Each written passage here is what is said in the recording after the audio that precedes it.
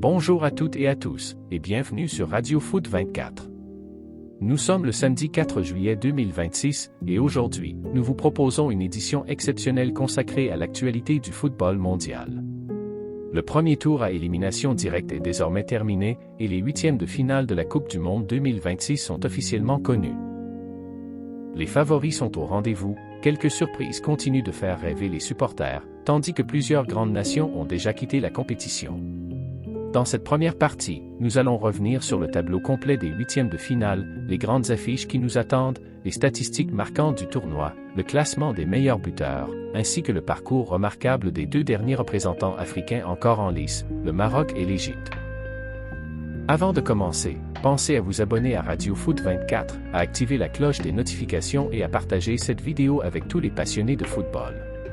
C'est le meilleur moyen de soutenir la chaîne et de ne manquer aucune actualité du Mondial 2026. Entrons maintenant dans le vif du sujet. Les 16e de finale ont livré leur verdict. Après plusieurs jours riches en émotions, en suspense et en rebondissements, 8 équipes ont validé leur billet pour les quarts de finale potentiels, tandis que 8 autres poursuivent leur aventure avec l'objectif de soulever le trophée mondial. Le programme des 8e de finale s'annonce spectaculaire. Le samedi 4 juillet, le Canada affrontera le Maroc. Les Lions de l'Atlas poursuivent leur formidable aventure et tenteront d'écrire une nouvelle page de leur histoire face à une sélection canadienne très solide depuis le début de la compétition. Quelques heures plus tard, la France sera opposée au Paraguay. Les Bleus figurent toujours parmi les principaux favoris du tournoi, mais devront se méfier d'une équipe paraguayenne particulièrement disciplinée et difficile à manœuvrer. Le dimanche 5 juillet, place à une affiche très attendue entre le Brésil et la Norvège. Cette rencontre opposera la sélection la plus titrée de l'histoire de la Coupe du Monde à l'une des équipes les plus impressionnantes offensivement, portée notamment par un Erling Haaland en grande forme. Toujours dimanche, le Mexique défiera l'Angleterre. Initialement programmé plus tard dans la soirée, le coup d'envoi a finalement été avancé en raison des risques d'orage annoncés dans la région. Les organisateurs ont préféré adapter le calendrier afin de garantir les meilleures conditions possibles pour les joueurs et les supporters. Le lundi 6 juillet, les amateurs de football auront droit à l'un des plus beaux chocs de ces huitièmes de finale, le Portugal contre l'Espagne. Deux voisins, deux rivaux historiques et deux effectifs remplis de talent. Cette affiche promet un très haut niveau de jeu. Dans la nuit suivante, les États-Unis recevront la Belgique. Les Américains espèrent profiter du soutien de leur public, tandis que les Diables Rouges tenteront de confirmer leur statut d'équipe expérimentée sur la scène internationale. Enfin, le mardi 7 juillet, deux dernières affiches clôtureront ces huitièmes de finale. L'Argentine défiera l'Égypte dans un duel qui suscite déjà énormément d'attentes. Les champions du monde ont souffert pour éliminer le Cap-Vert, tandis que les Pharaons ont réalisé un immense exploit en éliminant l'Australie lors de la séance des tirs au but. La dernière rencontre opposera la Suisse à la Colombie, deux sélections qui se sont montrées particulièrement solides depuis le début de la compétition. Si l'on observe désormais la répartition des nations encore qualifiées, plusieurs renseignements apparaissent. L'Europe demeure le continent le plus représenté avec cette équipe encore en course. L'Amérique du Sud place 4 nations en huitièmes de finale, confirmant une nouvelle fois son incroyable niveau de compétitivité. L'Amérique du Nord réussit également un parcours remarquable puisque le Canada, le Mexique et les États-Unis sont tous présents à ce stade du tournoi. En revanche, la situation est beaucoup plus compliquée pour le football africain. Au départ, 9 sélections représentaient le continent. Aujourd'hui, seules 2 équipes poursuivent encore l'aventure, le Maroc et l'Égypte. Le Sénégal, la RDC, l'Algérie, le Ghana, la Côte d'Ivoire, le Cap-Vert et l'Afrique du Sud ont tous été éliminés. Malgré ces sorties prématurées, plusieurs équipes africaines ont laissé une excellente impression. Le Cap-Vert, notamment, restera l'une des grandes révélations de cette Coupe du Monde. Pour sa toute première participation au Mondial, la sélection capverdienne a tenu tête à l'Espagne, à l'Uruguay et à l'Arabie Saoudite avant d'offrir une résistance héroïque à l'Argentine en prolongation. Les Tubaros Azuis quittent la compétition avec les honneurs et ont gagné le respect du monde entier. Même l'ancien international suédois Zlatan Ibrahimovic a salué leur parcours en déclarant que cette équipe entrerait dans les livres d'histoire grâce à son courage et à son état d'esprit. Du côté de l'Argentine justement, la qualification a été beaucoup plus compliquée que prévu. Face au Cap-Vert, les champions du monde ont dû attendre les prolongations pour faire la différence dans un match spectaculaire remporté 3-2. Comme souvent dans les grands rendez-vous, Lionel Messi a répondu présent en inscrivant un nouveau but.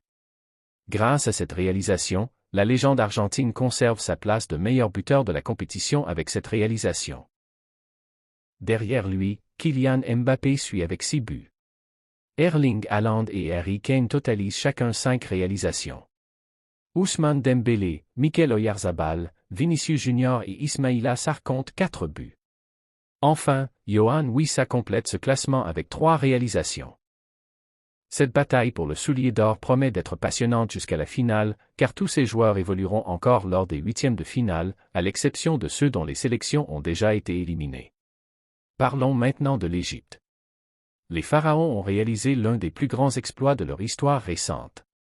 En venant à bout de l'Australie au tir au but, ils se sont qualifiés pour les huitièmes de finale d'une Coupe du Monde pour la première fois depuis 1934. Un événement historique qui fait la fierté de tout le football africain. Les hommes du sélectionneur égyptien devront désormais relever un immense défi face à l'Argentine de Lionel Messi. Sur le papier, les Argentins partent favoris, mais les Égyptiens ont déjà démontré qu'ils étaient capables de faire preuve d'une énorme solidarité défensive et d'un mental exceptionnel. Le Maroc, de son côté, confirme son excellent niveau international après ses performances remarquées lors des dernières grandes compétitions. Les Lions de l'Atlas auront rendez-vous avec le Canada dans un duel qui s'annonce particulièrement équilibré. Les Marocains espèrent devenir la première nation africaine à atteindre les quarts de finale de cette édition 2026. Une chose est sûre, le continent africain comptera sur ses 2 derniers représentants pour continuer à rêver. Après avoir présenté le tableau complet des huitièmes de finale de cette Coupe du Monde 2026, nous allons maintenant nous arrêter sur l'une des sélections les plus attendues de la compétition, la France. Les Bleus sont toujours en course pour décrocher une 3e étoile mondiale, mais avant de rêver des quarts de finale, ils devront franchir un obstacle qui s'annonce plus compliqué qu'il n'y paraît, le Paraguay. Sur le papier, beaucoup d'observateurs donnent la France favorite. Son effectif regorge de joueurs évoluant dans les plus grands clubs européens, son expérience des grandes compétitions est considérable et plusieurs de ses cadres connaissent parfaitement la pression des matchs à élimination directe. Cependant, une Coupe du Monde ne se gagne jamais sur le papier. Le Paraguay a démontré depuis le début du tournoi qu'il possédait une organisation défensive très solide, un engagement physique remarquable et une capacité à exploiter la moindre erreur adverse. Les Sud-Américains savent parfaitement fermer les espaces et rendre les rencontres particulièrement compliquées pour leurs adversaires. Les Bleus devront donc faire preuve de patience, de précision technique et surtout d'efficacité devant le but. Mais quelques heures avant cette rencontre, une mauvaise nouvelle est venue perturber la préparation du sélectionneur français. Le milieu de terrain Aurélien Tchouaméni est officiellement forfait pour ce huitième de finale. Selon les informations relayées par le journaliste Fabrice Hawkins, le joueur a ressenti une gêne à la cuisse lors des derniers entraînements. Par mesure de précaution, le staff médical a préféré ne prendre aucun risque. La durée estimée de son indisponibilité serait d'environ 4 jours, ce qui lui laisserait une chance de revenir si la France obtenait sa qualification pour les quarts de finale. Cette absence représente néanmoins un véritable coup dur. Depuis plusieurs saisons, Tchouaméni est devenu l'un des piliers du milieu français. Sa capacité à récupérer les ballons, à casser les lignes par la passe et à protéger la défense fait de lui un élément essentiel de l'équilibre des Bleus. Pour le remplacer, tout indique que Manu Koné devrait débuter la rencontre. Le jeune milieu aura une énorme responsabilité. Face à une équipe paraguayenne réputée pour son impact physique, il devra répondre présent dans les duels tout en assurant la première relance. Cette rencontre représente également une formidable occasion pour lui de confirmer qu'il peut devenir un joueur important de la sélection française. Au-delà de l'aspect sportif, un autre dossier continue d'alimenter les débats autour de l'équipe de France. Il s'agit du cas du jeune talent Bouhaddi. Depuis plusieurs mois, beaucoup de supporters s'interrogent sur les raisons qui ont poussé ce joueur prometteur à choisir le Maroc plutôt que la France. Le directeur technique national de la Fédération française, Hubert Fournier, a récemment apporté des précisions. Selon lui, toutes les démarches avaient été effectuées pour intégrer progressivement Bouhaddi dans le projet des Bleus. Le joueur avait participé aux différentes étapes de formation avec les espoirs et figurait même dans la liste élargie des joueurs suivis par le staff de l'équipe de France. Mais la concurrence était extrêmement forte. Toujours selon Hubert Fournier, le sélectionneur estimait que le joueur n'était pas encore totalement prêt pour participer à une Coupe du Monde.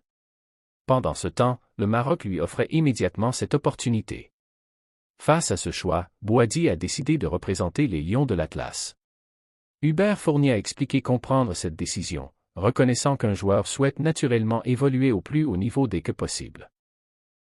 Ce dossier rappelle une nouvelle fois la concurrence de plus en plus importante entre plusieurs fédérations pour attirer les meilleurs jeunes talents binationaux. Pour le Maroc, cette politique porte aujourd'hui ses fruits. Les Lions de l'Atlas disposent d'un effectif mêlant joueurs formés localement et internationaux issus des meilleurs centres de formation européens. Ce mélange d'expérience et de jeunesse explique en partie les excellents résultats obtenus ces dernières années. Revenons maintenant à la France. Les supporters espèrent évidemment voir Kylian Mbappé poursuivre son incroyable Coupe du Monde. Avec 6 réalisations, l'attaquant français occupe actuellement la 2e place du classement des meilleurs buteurs. Chaque rencontre peut lui permettre de revenir à hauteur de Lionel Messi, actuellement leader avec 7 buts. Mais Mbappé n'est pas la seule arme offensive des Bleus. Ousmane Dembélé réalise lui aussi un excellent tournoi avec 4 réalisations. Sa vitesse, sa qualité de dribble et sa capacité à créer des différences sur les côtés pourraient faire très mal à la défense paraguayenne. La France possède également un banc particulièrement riche, capable de faire basculer une rencontre à tout moment. C'est cette profondeur d'effectif qui fait des Bleus l'un des grands favoris du tournoi. Cependant, les favoris devront tous rester vigilants. Depuis le début de cette Coupe du Monde, plusieurs surprises ont déjà rappelé qu'aucune équipe n'est invincible. L'Argentine a souffert contre le Cap-Vert. L'Égypte a éliminé l'Australie après une interminable séance de tirs au but.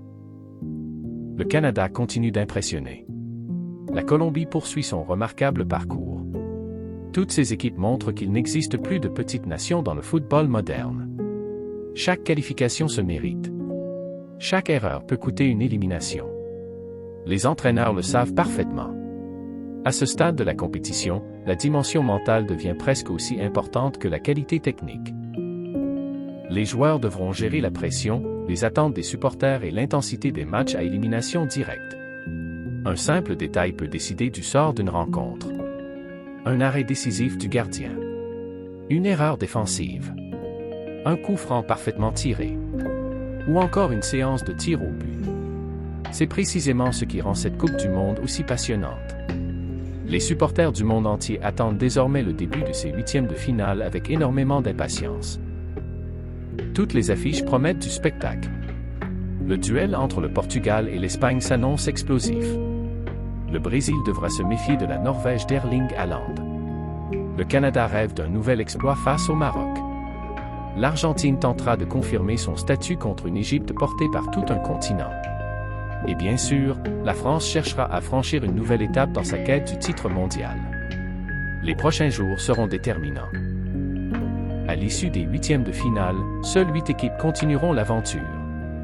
Les autres rentreront chez elles avec des regrets ou, pour certaines, avec la satisfaction d'avoir dépassé toutes les attentes. Dans la 3e partie de cette émission spéciale, nous quitterons momentanément les Bleus pour nous intéresser au football africain. Après avoir analysé le parcours de l'équipe de France et les grandes affiches des 8e de finale, place maintenant à un dossier spécial consacré au football africain. Cette Coupe du Monde 2026 restera comme une édition riche en émotions pour le continent. Des exploits historiques, des éliminations cruelles, des révélations et aussi quelques crises internes ont marqué le parcours des sélections africaines. Au départ de la compétition, 9 nations africaines étaient présentes, un record qui témoignait de la progression constante du football africain sur la scène internationale. Les supporters rêvaient de voir plusieurs équipes atteindre les quarts de finale, voire davantage. Mais après les 16e de finale, le constat est plus contrasté. Il ne reste désormais plus que 2 représentants africains encore en lice, le Maroc et l'Égypte. Ces équipes ont quitté la compétition. L'Afrique du Sud, le Sénégal, la République démocratique du Congo, l'Algérie, la Côte d'Ivoire, le Ghana et le Cap-Vert. Commençons par le Maroc. Les Lions de l'Atlas continuent d'impressionner. Depuis plusieurs années, cette sélection confirme qu'elle fait désormais partie des grandes nations du football mondial. Après son parcours historique lors du mondial précédent, le Maroc montre qu'il ne s'agissait pas d'un simple exploit isolé. Les Marocains abordent leur huitième de finale contre le Canada avec beaucoup d'ambition. L'équipe possède une défense disciplinée, un milieu de terrain capable de contrôler le rythme des rencontres et une attaque qui sait faire la différence dans les moments importants. Le sélectionneur marocain insiste depuis le début du tournoi sur une idée simple, rester humble, travailler et ne jamais sous-estimer l'adversaire. Face au Canada, les Lions de l'Atlas devront confirmer leur statut de favoris africains. Une qualification pour les quarts de finale représenterait une nouvelle page historique pour le football marocain. L'autre immense satisfaction du continent vient d'Égypte. Les Pharaons ont réalisé un véritable exploit en éliminant l'Australie à l'issue d'une séance de tirs au but irrespirable. Cette qualification est historique, puisque l'Égypte n'avait plus atteint les huitièmes de finale d'une Coupe du Monde depuis 1934, près d'un siècle d'attente a donc pris fin. Dans tout le pays, les scènes de joie ont été nombreuses.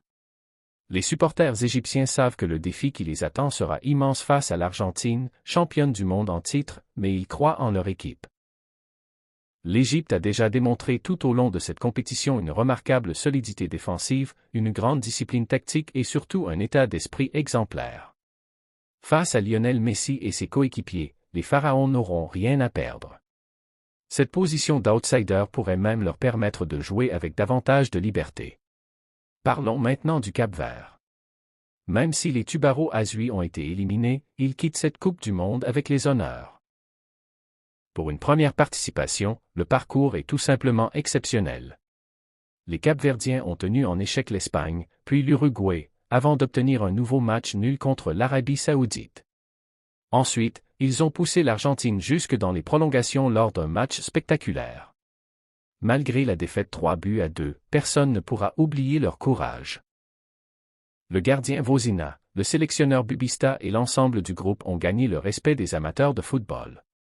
L'ancien attaquant suédois Zlatan Ibrahimovic n'a d'ailleurs pas caché son admiration. Selon lui, le Cap-Vert restera l'une des plus belles histoires de cette Coupe du Monde. Le Ghana, en revanche, quitte la compétition avec beaucoup de regrets. Les Black Stars ont été battus 1-0 par la Colombie. L'unique but de la rencontre a été inscrit très tôt par Jean Aria, dès la 13e minute. Malgré plusieurs tentatives pour revenir au score, les Ghanéens n'ont jamais réussi à trouver la faille. Cette élimination met fin au rêve d'une génération qui espérait retrouver les sommets du football mondial. Du côté de la République démocratique du Congo, le parcours s'arrête également. Les Léopards ont montré de belles qualités pendant la compétition, mais cela n'a pas suffi pour poursuivre l'aventure. Leur élimination laisse un goût amer, même si plusieurs jeunes joueurs ont confirmé leur potentiel pour les années à venir. L'Algérie traverse quant à elle une période particulièrement délicate. Selon plusieurs informations, l'aventure de Vladimir Petković à la tête de la sélection est désormais terminée. Dans le même temps, la fédération algérienne aurait déjà pris contact avec Eric Schell afin d'étudier la possibilité de lui confier les rênes de l'équipe nationale. Si cette piste se confirme, une nouvelle page s'ouvrira pour les Fennecs avec l'objectif de reconstruire une équipe capable de retrouver rapidement le très haut niveau. Autre dossier sensible, le Sénégal. Les Lions de la Teranga ont été éliminés plus tôt que prévu et, depuis cette sortie prématurée, les tensions semblent très importantes au sein de la fédération. Selon plusieurs médias sénégalais, Pape Gueye aurait exprimé son profond mécontentement concernant le fonctionnement de la sélection. Le milieu de terrain aurait dénoncé un climat de favoritisme dans certaines décisions sportives. Toujours selon ces informations, plusieurs échanges très tendus auraient eu lieu avec des responsables de la Fédération sénégalaise de football. Des insultes auraient même été échangées et la situation aurait failli dégénérer physiquement. Ces révélations montrent que les difficultés ne sont pas uniquement sportives. Les dirigeants sénégalais devront rapidement rétablir un climat serein afin de préparer les prochaines échéances internationales. Concernant la Côte d'Ivoire et l'Afrique du Sud, les éliminations constituent également une déception. Ces deux sélections espéraient aller beaucoup plus loin dans cette Coupe du Monde.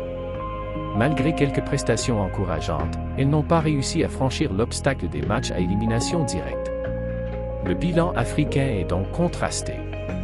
D'un côté, deux équipes poursuivent une aventure historique. De l'autre, plusieurs sélections quittent la compétition avec des regrets, mais aussi avec des enseignements précieux pour l'avenir. Le football africain continue malgré tout de progresser. Les performances du Maroc, de l'Égypte ou encore du Cap-Vert montrent que les écarts avec les grandes nations mondiales se réduisent progressivement. Les prochaines années seront déterminantes pour confirmer cette évolution. Une chose est certaine, les supporters africains continueront de soutenir avec passion leurs deux derniers représentants. Tous les regards seront désormais tournés vers le Maroc face au Canada et vers l'Égypte contre l'Argentine. Ces deux rencontres pourraient permettre au continent d'écrire une nouvelle page de son histoire. Voilà qui conclut notre grand dossier consacré au football africain. Après notre dossier spécial consacré à la Coupe du Monde et au football africain, place désormais à l'actualité des clubs. Le mercato estival s'accélère partout en Europe et au Moyen-Orient. Entre signatures officielles, négociations avancées, changements d'entraîneur et prolongation de contrats, les dernières heures ont été particulièrement animées. Commençons cette page mercato en France. L'Olympique lyonnais poursuit son recrutement. Le club rhodanien a officialisé la signature du Burkinabé Mohamady Ouedraogo. Le piston gauche arrive en provenance du championnat autrichien pour un montant annoncé de 2,8 millions d'euros, bonus compris. Lyon continue donc de renforcer son effectif avant la nouvelle saison. Ouedraogo devient déjà la troisième recrue estivale après les arrivées de Mads Bidstrup et de Jérémy Duranville. Les dirigeants lyonnais souhaitent bâtir une équipe plus compétitive afin de retrouver les premières places du championnat et de viser une qualification européenne. Direction maintenant l'Espagne. Au Real Madrid, les dirigeants ont tranché concernant l'avenir de Federico Valverde. Selon les informations de la presse espagnole, le milieu uruguayen conservera toute la confiance du club et portera même le brassard de capitaine la saison prochaine. Malgré certaines rumeurs évoquant un éventuel changement de hiérarchie, le Real Madrid n'a jamais envisagé de se séparer de Valverde. Son engagement, sa régularité et son leadership font de lui l'un des symboles du projet madrilène. Toujours en Espagne, le défenseur Mario Gila est tout proche de rejoindre l'AC Milan. Les Rossoneri auraient trouvé un accord avec le joueur pour un contrat de 5 saisons. Les discussions se poursuivent entre les deux clubs. La Lazio réclamerait environ 25 millions d'euros, auxquels pourraient s'ajouter plusieurs millions sous forme de bonus. Si les négociations aboutissent, Milan renforcerait considérablement son secteur défensif. Prenons maintenant la direction de l'Italie. La Juventus continue de travailler sur le dossier Randal Kolo Muani. Les Bianconeri ont transmis une première offre supérieure à 30 millions d'euros au Paris Saint-Germain. Toutefois, aucun accord n'a encore été trouvé entre les deux clubs. Les dirigeants parisiens estiment que la valeur de leur attaquant est plus élevée. Malgré cela, un point important joue en faveur de la Juventus, le joueur aurait déjà trouvé un accord contractuel avec le club turinois. Les prochaines heures pourraient donc être décisives dans ce dossier. Direction maintenant l'Angleterre, où plusieurs mouvements importants sont également à signaler. À Chelsea, les Blues ont trouvé un accord pour recruter le jeune défenseur écossais Alfie Osborne, âgé de seulement 17 ans. Le joueur, considéré comme l'un des plus grands espoirs de son pays, arrive en provenance de Hearts après avoir passé avec succès sa visite médicale. Chelsea poursuit ainsi sa politique de recrutement axée sur les jeunes talents à fort potentiel. Toujours en Premier League, Nottingham Forest a officiellement nommé Oliver Glasner comme nouvel entraîneur principal. L'ancien technicien autrichien s'est engagé jusqu'en juin 2029. Selon plusieurs sources, il bénéficiera du salaire le plus élevé jamais accordé à un entraîneur dans l'histoire du club. Les dirigeants espèrent que Glasner permettra à Nottingham Forest de franchir un nouveau cap lors des prochaines saisons. Du côté de Brentford, le club a officialisé la prolongation de contrat de Michael Caillot jusqu'en juin 2032. Le défenseur italien s'est déclaré particulièrement heureux de poursuivre son aventure avec les Bees, affirmant avoir l'impression d'évoluer au club depuis de très nombreuses années. Pendant ce temps, Sunderland a pris une décision importante concernant son capitaine Granit Xhaka. Le milieu suisse ne rejoindra finalement pas Chelsea. Malgré les nombreuses spéculations de ces dernières semaines, Sunderland a choisi de conserver son leader afin de poursuivre son projet sportif. Quittons maintenant l'Europe pour rejoindre l'Arabie Saoudite, où un nouveau changement majeur vient d'être officialisé. Al Nasr a annoncé la nomination de Ange Postecoglou au poste d'entraîneur principal. L'ancien manager de Tottenham et du Celtic s'est engagé pour 2 saisons et succède officiellement à Jorge Jesus. Cette arrivée confirme une nouvelle fois les ambitions du championnat saoudien, qui continue d'attirer des entraîneurs et des joueurs de renommée internationale. retour en Allemagne avec une information qui pourrait bouleverser le paysage du football allemand. Selon plusieurs journalistes spécialisés, Jürgen Klopp serait le grand favori pour devenir le prochain sélectionneur de l'équipe nationale allemande. Après ses expériences remarquées en club, notamment en Premier League, Klopp pourrait relever un tout nouveau défi en prenant les commandes de la Mannschaft. Même si aucune officialisation n'a encore eu lieu, cette possibilité enthousiasme déjà de nombreux supporters allemands. Toujours en Allemagne, le jeune milieu suédois Hugo Larsson suscite un intérêt grandissant sur le marché des transferts. Ses excellentes performances avec l'Eintracht Francfort attirent plusieurs grands clubs européens qui auraient déjà entamé les premiers contacts. Le club anglais Portsmouth a trouvé un accord avec Almera pour recruter l'attaquant serbe Marko Milovanovic. Le transfert est estimé à environ 6 millions d'euros, auquel s'ajoute un pourcentage sur une future revente. Autre déclaration marquante de cette journée, Morgan Rogers a réagi à la rumeur évoquant une valeur marchande de 130 millions de livres sterling. Avec beaucoup d'humilité, le joueur a déclaré qu'il ne pensait pas encore valoir une telle somme et qu'il préférait rester concentré sur ses performances sur le terrain plutôt que sur les spéculations du marché. En Espagne toujours, plusieurs clubs suivent également de près la situation d'Andrés Martin, actuellement à Racing Santander. Le joueur intéresserait notamment DC United, New York City FC ainsi que le club mexicain América. Le dossier devrait évoluer dans les prochains jours. Pendant ce temps, la Coupe du Monde continue également d'influencer le mercato. Les excellentes performances réalisées par plusieurs jeunes joueurs attirent déjà l'attention de nombreux recruteurs. Comme chaque édition du mondial, cette compétition sert également de vitrine exceptionnelle pour les talents émergents.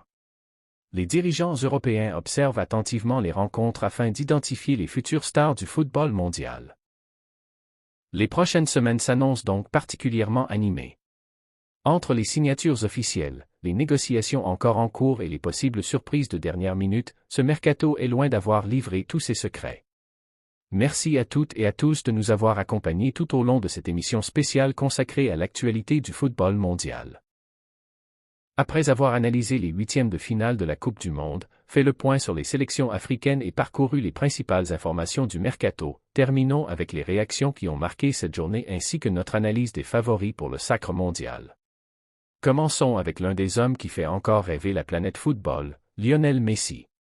À 39 ans, la légende argentine continue d'écrire l'histoire. Avec 7 buts inscrits depuis le début de cette Coupe du Monde, Messi est actuellement le meilleur buteur de la compétition et reste le principal artisan du parcours de l'Argentine. Mais cette fois-ci, ce n'est pas uniquement pour ses performances sur le terrain que l'on parle de lui. Lors d'une interview accordée à la journaliste Sophie Martinez, Messi a évoqué avec humour les nombreuses rumeurs relayées par certains médias concernant leur relation. Le capitaine argentin a déclaré en souriant. « Si je la regarde, ils disent, pourquoi l'a-t-il regardée? Et si je la salue, ils disent, pourquoi l'a-t-il saluée? » Une réponse pleine d'humour qui a rapidement fait le tour des réseaux sociaux. Sophie Martinez lui a répondu avec beaucoup d'élégance en le remerciant pour ses paroles, mettant ainsi un terme à cette séquence devenue virale. Restons en Amérique du Sud avec l'Argentine. Même si les champions du monde sont toujours en course, leur qualification contre le Cap-Vert a montré que rien ne serait facile dans cette compétition. Menés dans leur retranchement pendant plus de 100 minutes, les Argentins ont dû attendre les prolongations pour décrocher leur billet pour les huitièmes de finale. Cette rencontre restera comme l'un des plus beaux matchs du tournoi jusqu'à présent. Le Cap-Vert quitte certes la compétition, mais avec les honneurs. Les joueurs capverdiens ont gagné le respect du monde entier grâce à leur courage, leur solidarité et leur qualité de jeu. L'ancien international suédois Zlatan Ibrahimovic n'a d'ailleurs pas hésité à rendre hommage à cette équipe. Selon lui, les joueurs du Cap-Vert peuvent quitter cette Coupe du Monde la tête haute, car ils ont montré au monde entier qu'avec de la détermination, il est possible de rivaliser avec les plus grandes nations. Des paroles qui illustrent parfaitement le respect gagné par cette sélection tout au long de son aventure. Parlons maintenant des favoris pour remporter cette Coupe du Monde. À l'heure actuelle, plusieurs équipes semblent avoir les armes pour aller jusqu'au bout. L'Argentine reste naturellement l'une des principales candidates. Malgré quelques difficultés, la sélection de Lionel Messi possède une immense expérience des matchs couperets. La France fait également partie des favoris. Les Bleus disposent d'un effectif très complet, capable de faire la différence à n'importe quel moment d'une rencontre. Le Brésil demeure un prétendant très sérieux. Avec Vinicius Junior et plusieurs joueurs de classe mondiale, la Seleção rêve de retrouver le sommet du football mondial. L'Espagne impressionne par la qualité de son jeu collectif, tandis que le Portugal possède suffisamment de talent pour battre n'importe quelle équipe. L'Angleterre continue également de nourrir de grandes ambitions grâce à un groupe expérimenté et offensif. Mais attention aux surprises. Le Maroc a déjà démontré lors des dernières années qu'il pouvait éliminer de très grandes nations. L'Égypte aborde son 8e de finale sans pression et pourrait créer l'exploit face à l'Argentine. Le Canada réalise jusqu'à présent une compétition remarquable. La Colombie impressionne par sa discipline tactique. La Norvège possède un Erling Haaland capable de faire basculer un match à lui seul. En résumé, cette Coupe du Monde est probablement l'une des plus ouvertes de ces dernières années. Aucun favori n'est totalement à l'abri d'une élimination. Chaque détail compte. Chaque erreur peut être fatale. Chaque exploit peut entrer dans l'histoire. Avant de conclure cette émission, rappelons le programme des 8e de finale. Le Canada affrontera le Maroc. Le Paraguay défiera la France. Le Brésil sera opposé à la Norvège. Le Mexique recevra l'Angleterre. Le Portugal croisera le fer avec l'Espagne. Les États-Unis joueront contre la Belgique. L'Argentine retrouvera l'Égypte dans l'une des affiches les plus attendues. Enfin, la Suisse affrontera la Colombie pour le dernier billet des quarts de finale. Autant dire que les prochains jours s'annoncent exceptionnels pour tous les amoureux du football. Nous suivrons évidemment chacun de ces matchs avec la plus grande attention afin de vous proposer des analyses complètes, les résultats, les réactions des joueurs et des entraîneurs, ainsi que toutes les informations concernant la suite de cette Coupe du Monde 2026. Par ailleurs, le mercato continuera de s'accélérer pendant toute la durée de la compétition. Chaque jour, de nouveaux transferts sont annoncés, des entraîneurs changent de club et plusieurs dossiers évoluent très rapidement. Là encore, Radio Foot 24 sera au rendez-vous pour vous informer en temps réel. Avant de nous quitter, un immense merci à vous toutes et à vous tous. Votre fidélité, vos commentaires, vos encouragements et vos partages permettent à Radio Foot 24 de grandir chaque jour un peu plus. Si vous avez apprécié cette émission spéciale du 4 juillet 2026, n'oubliez pas de laisser un j'aime, de partager cette vidéo avec vos amis passionnés de football et surtout de vous abonner à Radio Foot 24.